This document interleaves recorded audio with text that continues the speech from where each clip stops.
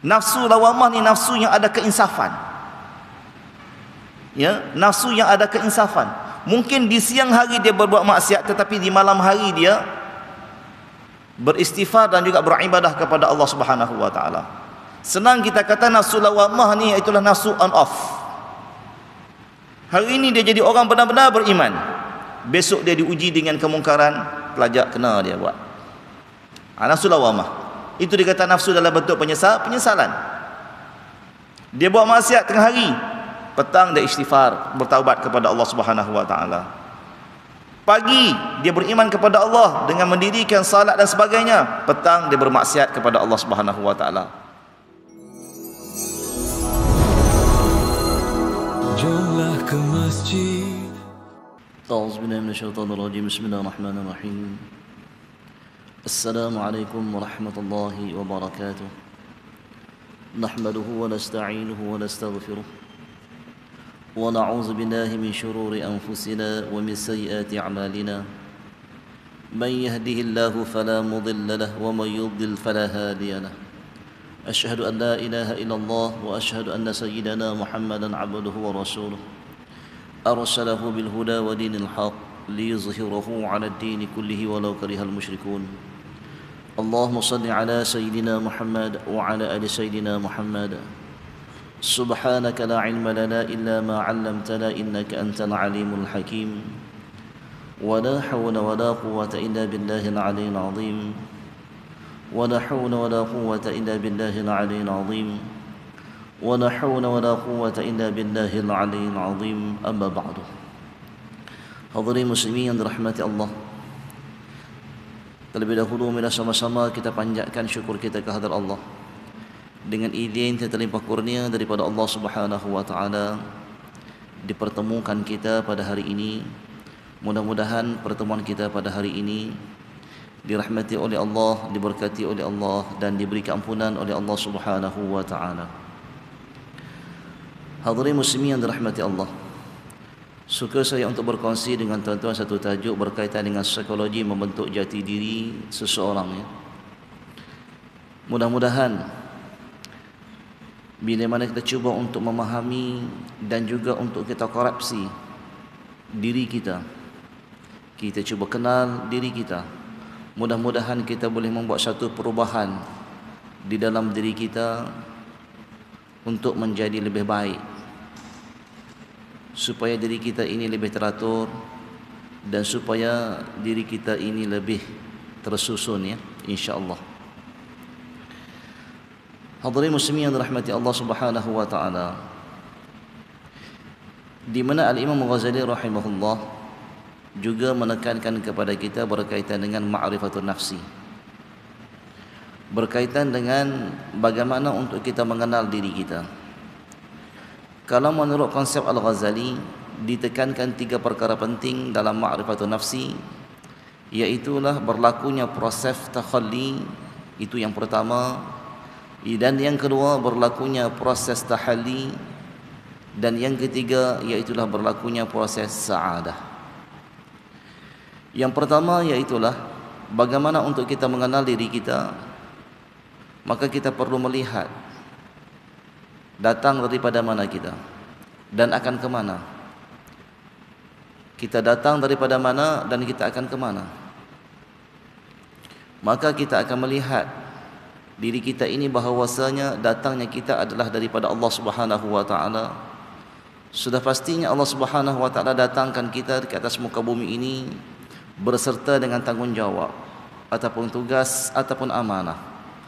Apakah yang telah diberi tanggungjawab oleh Allah Subhanahu wa taala kepada kita?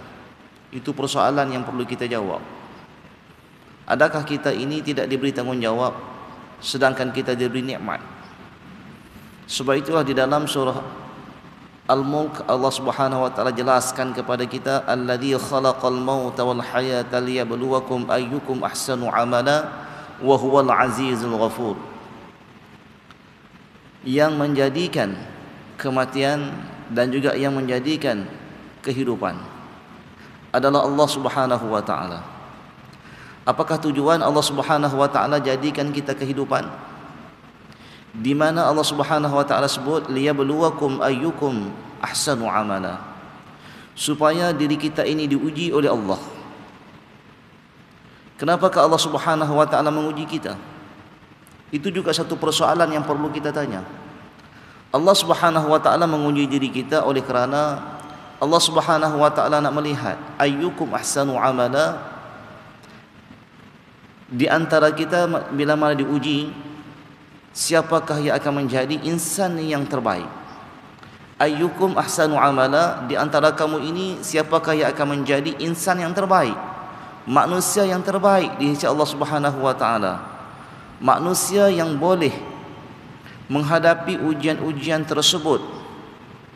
Berarti seseorang itu akan menjadi orang yang terbaik di sisi Allah Subhanahu wa taala. Sekiranya kita tewas daripada ujian-ujian tersebut, maka ingatlah bahawa Allah Subhanahu wa taala Maha Pengampun. Dan di antara tugas-tugas kita yang diberikan oleh Allah Subhanahu wa taala iaitulah ubudiyah.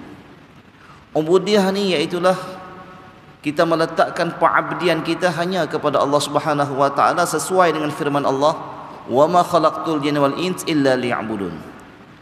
Allah Subhanahu wa taala tidak jadikan kita ini melainkan adalah untuk kita mengabdikan diri kita kepada Allah. Illa liya'budun, iaitulah untuk kita mengabdikan diri kita kepada Allah Subhanahu wa taala. Jadi sasaran pengabdian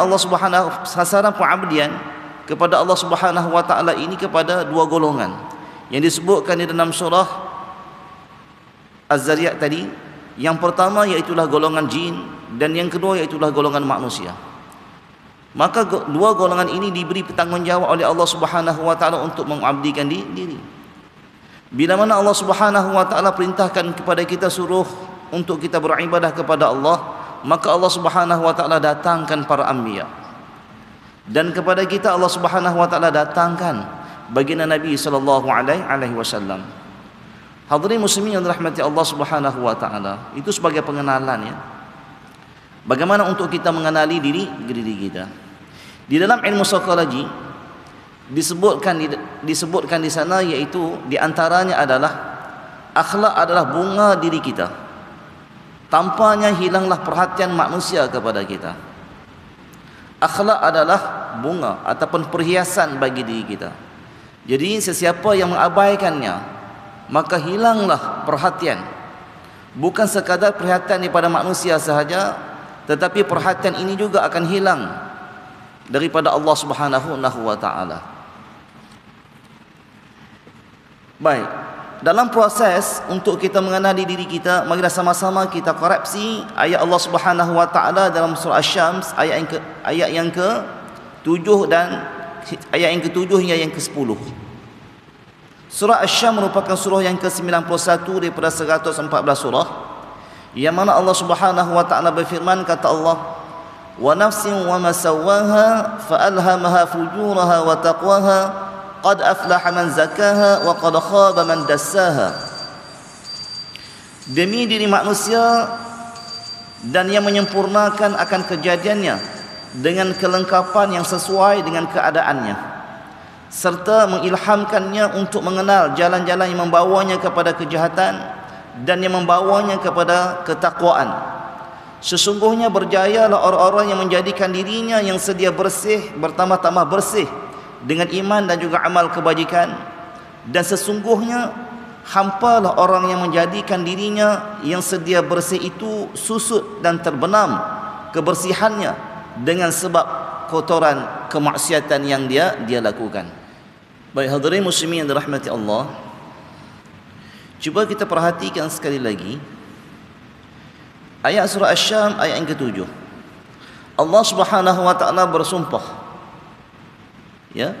Allah Subhanahu wa taala bersumpah, "Wa nafsin wa ma sawwaha." Demi diri manusia dan yang menyempurnakan akan kejadiannya. Berarti Allah Subhanahu wa taala lah yang menciptakan kita. Allah Subhanahu wa taala menciptakan kita daripada bermula tiada kepada ada. Sebelum ini kita tidak pernah wujud. dan kita tidak pernah pun memohon untuk Allah Subhanahu wa taala mewujudkan kita, tetapi atas iradah Allah, yang mana Allah Subhanahu wa taala yang berkehendakkan untuk mewujudkan kita. Berarti wujudnya kita ini daripada tiada kepada ada. Sudah pastinya adanya rahsia-rahsia Allah Subhanahu wa taala terhadap manusia itu sendiri. Bila mana Allah Subhanahu wa taala menjadikan kita, ataupun Allah Subhanahu wa taala menciptakan kita, kemudian Allah Subhanahu wa taala sempurnakan akan kejadian kita. Cuba kita koreksi diri kita atas ciptaan Allah Subhanahu wa taala ini yang maha sempurna. Allah Subhanahu wa taala bekalkan kepada kita 2 biji mata untuk kita melihat dan mengambil ibrah. Wa yatafakkaruna fi khalqis samawati wal ard. Yang mana Allah Subhanahu wa taala perintahkan kepada kita untuk kita memikirkan tentang ciptaan-ciptaan Allah Subhanahu wa taala. Untuk kita capai pemikiran kita, maka perlukan kepada penglihatan. Maka dengan kita melihat sesuatu, kita akan menghantarkan info tersebut kepada otak kita untuk otak kita menafsirkan tentang ciptaan-ciptaan Allah Subhanahu wa taala yang maha sempurna, tentang ciptaan-ciptaan Allah Subhanahu wa taala yang maha hebat, tentang ciptaan-ciptaan Allah Subhanahu wa taala yang maha cantik. Dan semua itu adalah daripada Allah Subhanahu wa taala dan tiada daripada selain daripada Allah. Itu melalui penglihatan yang disempurnakan oleh Allah Subhanahu wa taala kepada kita. Kemudian yang kedua, Allah Subhanahu wa taala ciptakan kedua telinga kita untuk kita mencapai sesuatu melalui pendengaran. Semua ini dalam bentuk nikmat, dalam bentuk nikmat yang sempurna yang dikurniakan oleh Allah Subhanahu wa taala kepada kita. Sebab itu Allah sebut dalam surah At-Tin, laqad khalaqnal insana fi ahsani taqwim.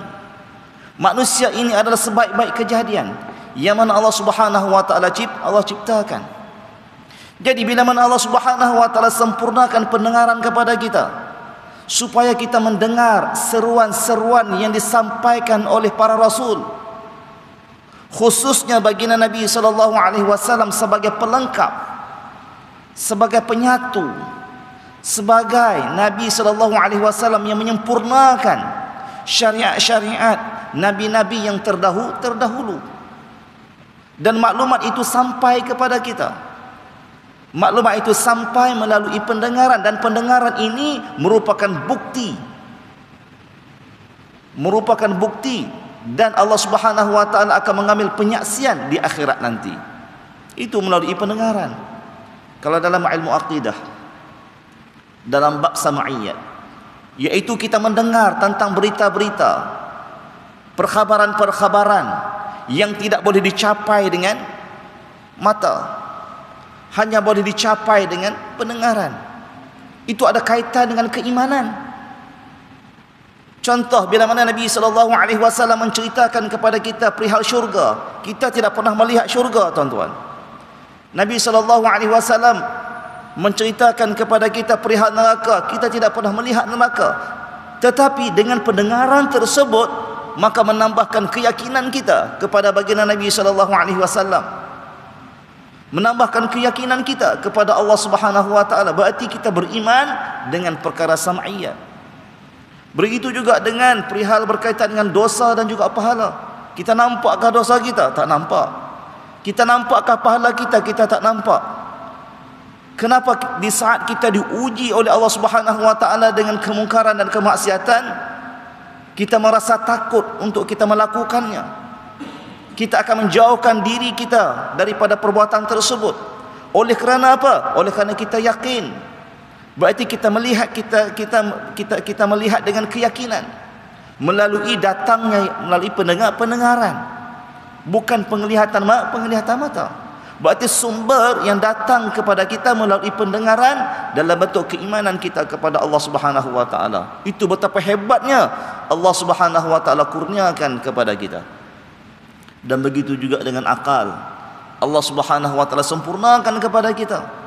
Apa tujuan akal tersebut? Untuk membina jati diri di dalam diri kita, membina keyakinan yang ada di dalam diri kita, untuk kita menakul, untuk kita menilai, untuk kita membezakan di antara perkara hak dan juga perkara yang batil.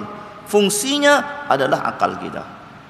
Jadi di sini jelas ayat yang ke-7 yang menjelaskan kepada kita di mana Allah Subhanahu wa taala bersumpah demi diri manusia dan yang menyempurnakan akan kejadiannya. Berarti Allah nak menceritakan bahawasanya akulah yang menyempurnakan kejadian kamu. Tidak ada selain aku yang menyempurnakan akan kejadian kamu melainkan aku sahaja. Dan aku sempurnakan kejadian kamu dengan kelengkapan yang sesuai dengan keadaannya. Maksud dengan kelengkapan yang sesuai iaitulah panca indera. Kelengkapan yang sesuai iaitulah panca indera yang 7.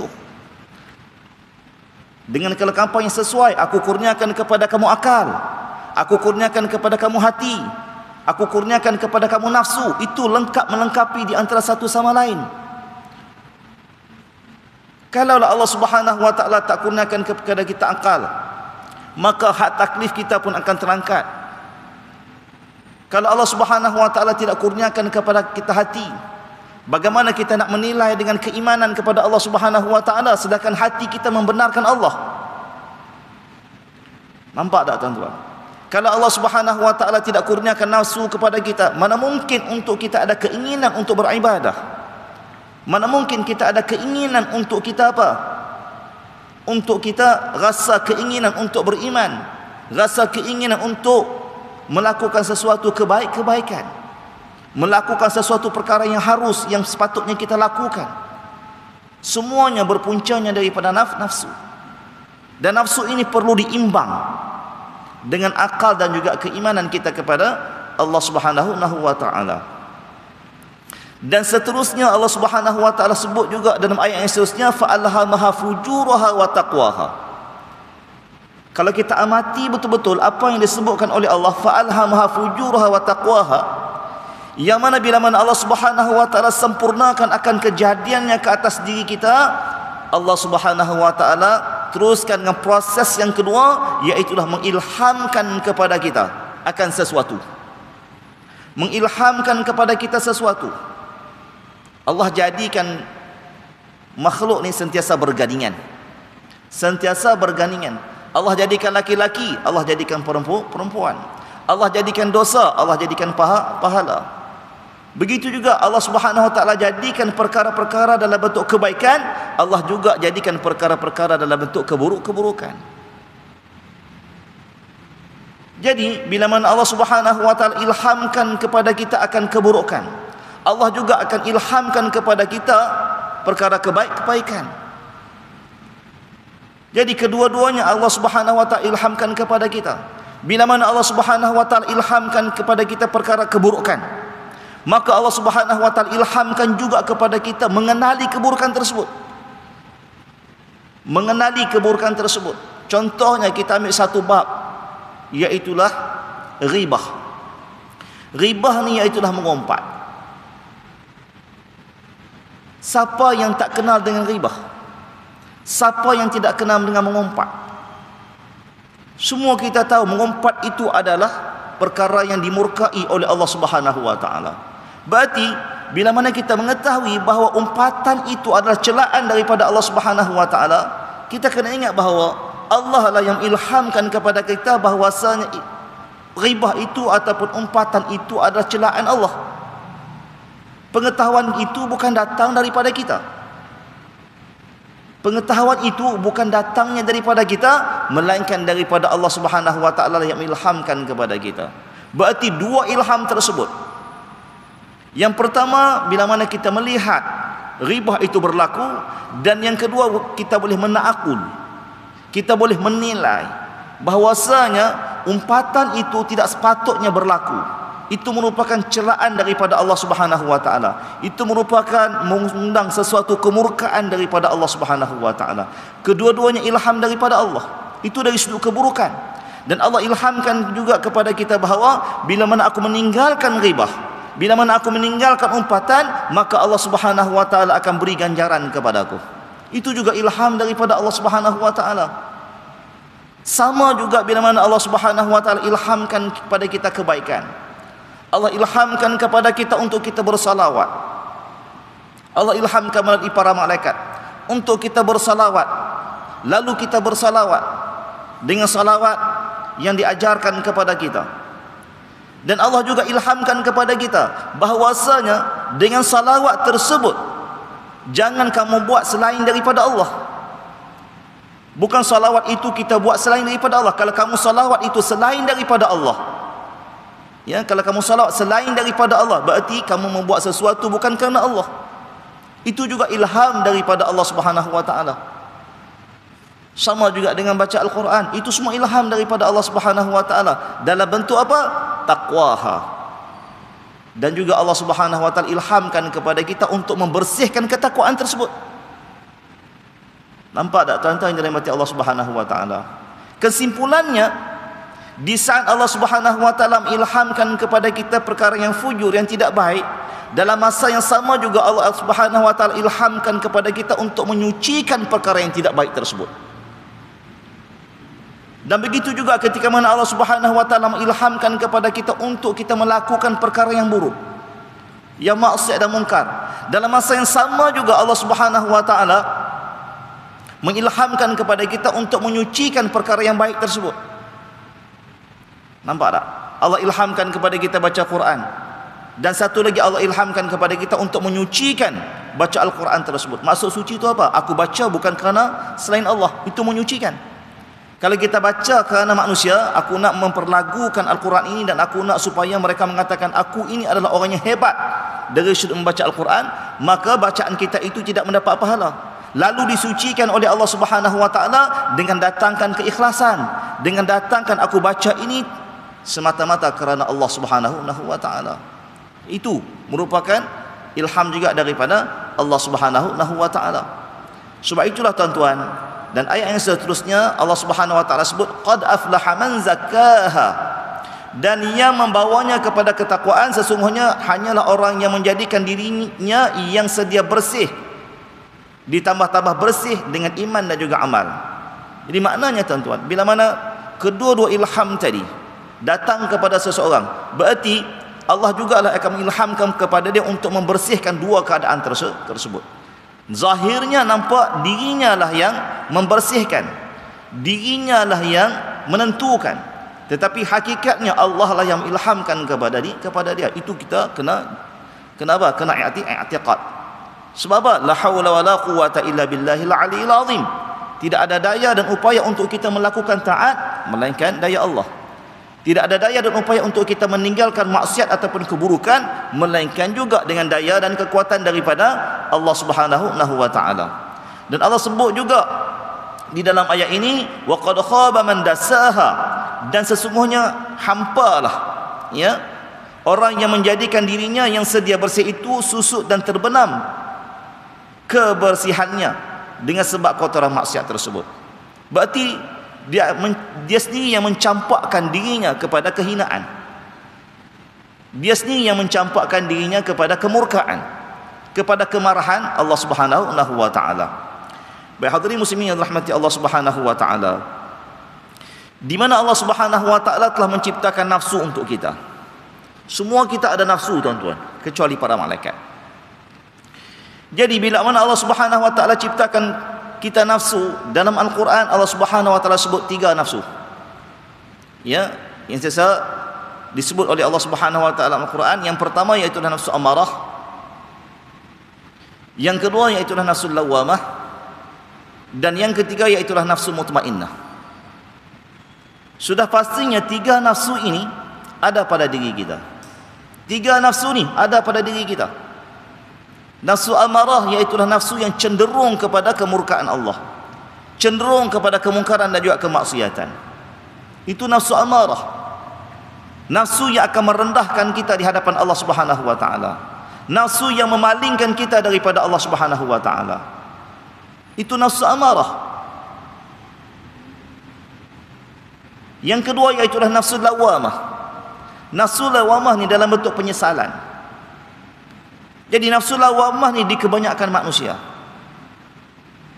nafsu lawamah ni nafsu yang ada keinsafan. Ya, nafsu yang ada keinsafan. Mungkin di siang hari dia berbuat maksiat, tetapi di malam hari dia beristighfar dan juga beribadah kepada Allah Subhanahu wa taala. Senang kita kata nafsu lawamah ni itulah nafsu on off. Hari ini dia jadi orang benar-benar beriman. Besok dia diuji dengan kemungkaran, pelajak kena dia buat. Nafsu lawamah. Itu dikata nafsu dalam bentuk penyesalan. Dia buat maksiat tengah hari, petang dia istighfar, bertaubat kepada Allah Subhanahu wa taala. Pagi dia beriman kepada Allah dengan mendirikan salat dan sebagainya, petang dia bermaksiat kepada Allah Subhanahu wa taala. Malam dia berlaku pula penyesalan dia apa yang dia buat tadi. Berarti itu nafsu lawamah. Sementara nafsu mutmainnah ini untuk kita capai sesuatu yang sukar. Sesuatu yang sukar.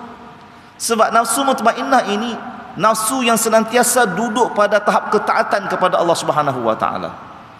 Nafsu yang tidak pernah melupakan Allah Subhanahu wa taala. Nafsu yang senantiasa ada keinginan untuk mengenal Allah Subhanahu wa taala. Nafsu yang mempunyai ada keinginan untuk sentiasa taqarrub kepada Allah Subhanahu wa taala. Nafsu yang sentiasa ada penyesalan bila mana berlakunya lupa terhadap Allah Subhanahu wa taala. Itu nafsu mutmainnah.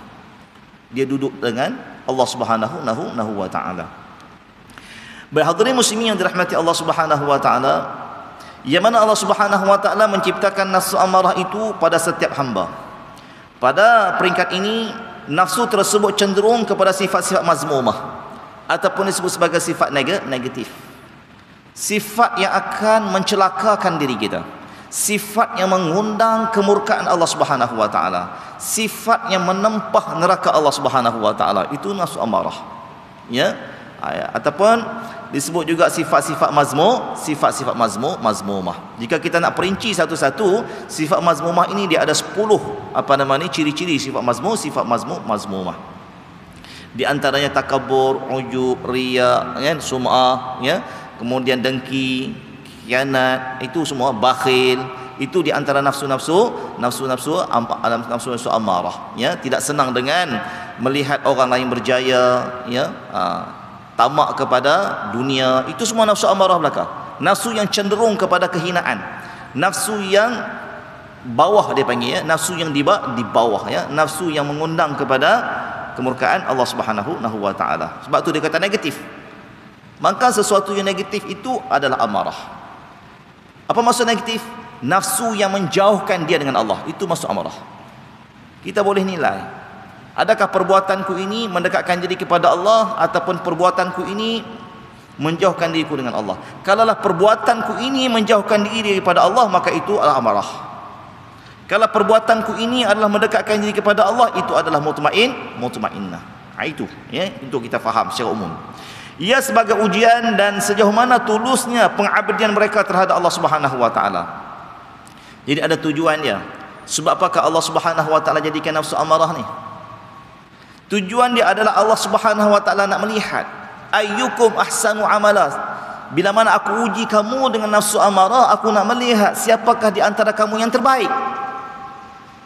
Siapakah di antara kamu yang terbaik? Aku uji kamu dengan kemalasan untuk beribadah. Aku uji kamu di saat-saat akhir beribadah juga dia. Contoh, ya, Allah uji dia dengan kemalasan untuk solat zuhur. Dia tangguh, tinggal lagi 5 minit baru dia solat. Berarti dalam masa ujian tersebut dia tewas, di hujungnya dia laksanakan juga. Berarti dia terselamatlah daripada ujian tersebut. Berbeza dengan orang yang terus diuji sampailah dia meninggalkan solat zuhur. Itu maknanya dia mengekalkan nafsu amarah dalam kehidupan dia. Dan bersambung pula dengan solat asar, meninggalkan pula solat asar.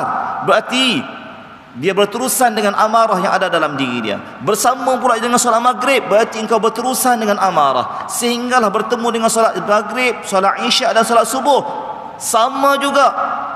Tidak ada rasa sedikit pun berdosa dengan Allah Subhanahu wa taala. Berarti dia mengekalkan nafsu amarah di dalam diri dia.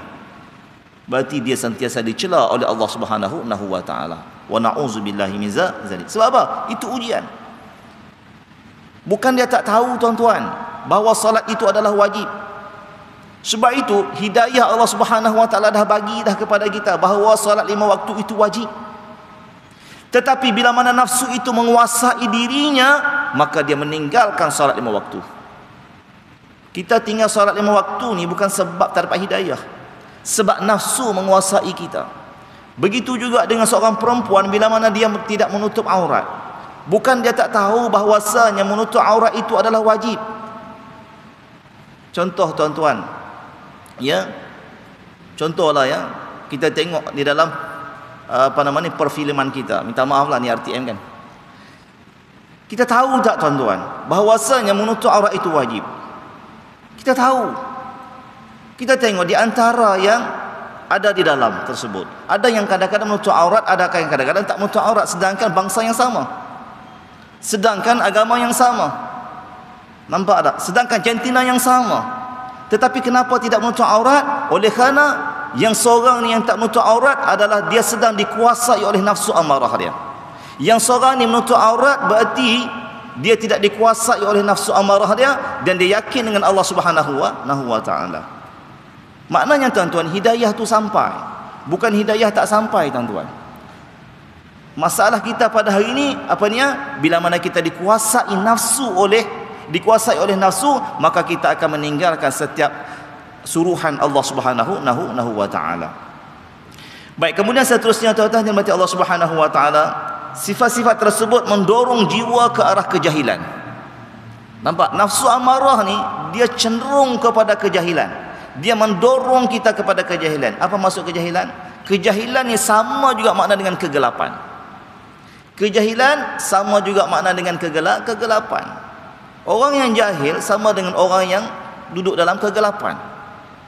Contohlah kita ambil sebagai analogi mudah aja kan. Mudah aja ya. Orang yang duduk di tahun 70-an, ya, 70-an dengan orang yang duduk di tahun 2025, dari sudut sistem, ya, dari sudut sistem apa? Sistem teknologi. Jika orang yang duduk di zaman tahun 80-an atau tahun 60-an, sistem yang ada pada hari ini, mereka pun tak boleh nak bayangkan sistem tu sendiri. Tak, berarti tak tahu, kecuali mereka itu diberitahu. Betul tak tuan-tuan? Kan kalau kita kata bos-bos yang tahun 60-an, kita suruh buat sesuatu dalam bentuk Canva dan sebagainya, agak-agak dia faham tak? Yang dah pencen lah, bukan yang masih bekerja. Cuba tuan-tuan bagi guys, buat kat saya satu slide dengan Canva. Aku tak tahu lah. Nampak tak? Dia tak tahu tu sebab apa? Sebab dia tak nampak. Nampak? Dia tak nampak cara macam mana aku nak create. Tak nampak. Itu dalam bentuk kejahilan, kegelapan. Nampak tak? Kegelapan. Aku tak nampak. Dia ada kegelapan dalam bentuk hisi, seperti mana kita nampak kegelapan malam, itu hisi yang kita nampak. Dia ada kegelapan dalam bentuk maknawi. Jadi orang yang dah pencen 20 tahun lalu, yang tak pernah dengar pun tentang Canva dan sebagainya ni, macam kita AI sebagainya ni kan, berarti dia duduk dalam kegelapan. Berarti dia tak nampak dari sudut maknawi, bukan dari sudut hisi. Itu untuk nak bagi faham. Jadi tuan-tuan yang dirahmati Allah Subhanahu wa taala, bila mana seseorang yang duduk dalam kegelapan ataupun kejahilan itu adalah sama. Sebab itu kegelapan dengan kezaliman ini sentiasa saling dekat mendekati. Orang yang zalim juga adalah orang yang duduk dalam kegelapan. Sebab tu kita kata zulumat. Makna zalim ni makna gelap. Jadi bila sebut zalim, maknanya orang tu berdosa. Betul tak? Dosa dengan pahala ni, pahala adalah cahaya, dosa adalah kegelapan. Betul tak? Zunub adalah kegelapan. Jadi zunub dengan zalim ni sama, dua-dua kegelapan belaka. Jadi orang yang zalim berarti orang yang berdosa. Orang yang zalim berarti orang yang berdosa. Jadi kalau zalim maknanya kegelapan, dosa juga makna kegelapan. Jadi dua-duanya itu menggelapkan hati kita. Baik hadirin muslimin yang dirahmati Allah Subhanahu wa taala. Dan begitu juga dengan bakhil. Bakhil juga tuan-tuan, orang yang kedekut. Ini merupakan sifat-sifat yang mazmumah, sifat-sifat yang perlu kita elak. Orang yang bakhil ni adalah orang yang tidak yakin dengan rezeki yang Allah Subhanahu wa taala kurniakan kepada dia. Sedangkan dalam rezeki dia itu ada rezeki orang lain. Kalaulah dia mengetahui bahawasanya setiap apa yang datang kepada dia itu adanya rezeki orang lain, ataupun dia adalah merupakan hanya pemegang amanah sahaja, bukan hak miliknya, maka dia akan mengeluarkan harta tersebut. Sebab dia tidak ada sifat keakuan, bukan hak milik aku. Sebab tu suka saya katakan di sini tuan-tuan yang dirahmati Allah Subhanahu wa taala. Apapun yang kita miliki tuan-tuan, ini sebagai satu peringatan, ya. Apapun yang kita miliki dalam bentuk material, sama ada duit, harta, kekuasaan, ataupun apa sahaja dalam bentuk dunia, maka sekali-kali jangan kita letakkan di hati kita. Sekali-kali jangan letakkan di hati kita. Minta kepada Allah, ya Allah, janganlah engkau letakkan ya di hatiku ini dunia. Jangan. Sebab apa? Perkara yang berkaitan dengan dunia ni, di mana patut kita letak, iaitulah di dalam genggaman sahaja. Kalau kita letak dalam genggaman kita, mudah untuk kita lepas. Tapi kalau kita letak dunia di dalam hati kita, kita letak kekuasaan dalam hati kita, kita letak kekayaan dalam hati kita, kita letak apa pun sahaja dalam bentuk dunia atau dalam hati kita, dia susah untuk nak keluar tuan-tuan. Bila keluar sakit tuan-tuan. Betul tak? Sakit.